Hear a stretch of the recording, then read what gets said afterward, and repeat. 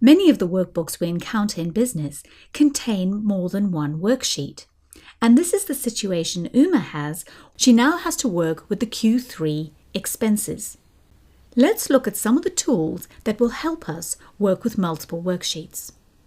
All the tools we're going to look at can be found in the sales group on the ribbon, but these are quite cumbersome to get to, so we usually use the tools located closer to the sheet tabs.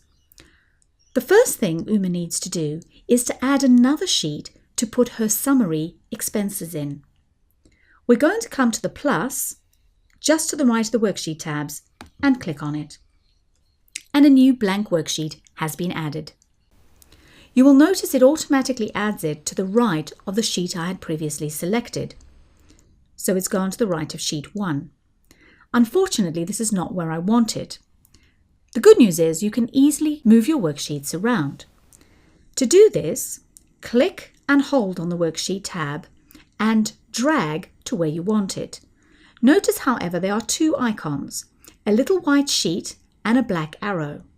If I drop the white sheet now, it will actually put the sheet after sheet 2.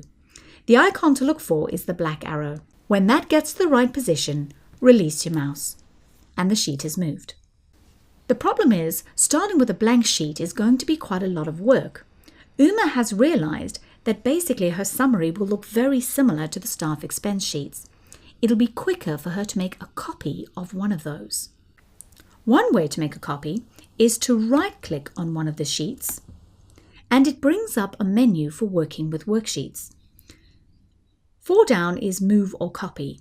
We're going to click on that, and you'll see from here you could move it or make a copy. You can choose to move or copy to a different workbook altogether. We're going to stay with this workbook and then choose where you would like the new copy to go.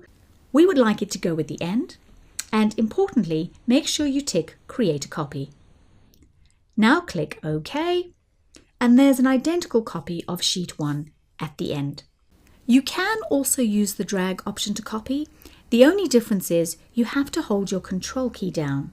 So I'm going to come to sheet 1 again, hold my control key down and drag it to the very end, release, and there's another copy. I now have way too many worksheets, so I'm going to need to delete a few of them. To delete a worksheet, again you can right-click and press Delete, and it's removed. Now when I come to delete this one, you'll notice it has data on it, it's not empty, and I get a warning message. This is really important. You cannot undo a sheet delete. So if a message pops up, please check it, make sure you are happy to delete it, and only then press the delete button. Notice my undo arrow is grayed out, no undo.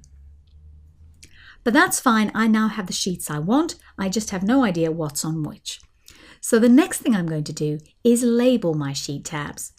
You can use the right click, but even quicker, just double click the label, and without clicking in again, so with it still highlighted, type the name you want.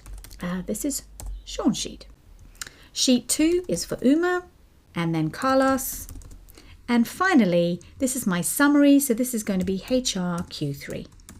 And when you're done, you can just click away or press enter. Another visual clue you can give people is color coding the sheets. To do this, right-click on the tab, come to Tab Color, and choose the color you'd like to add. I won't do them all, I'll just do a couple so you can see what it looks like. So there's Carlos, and we'll do one more. Great.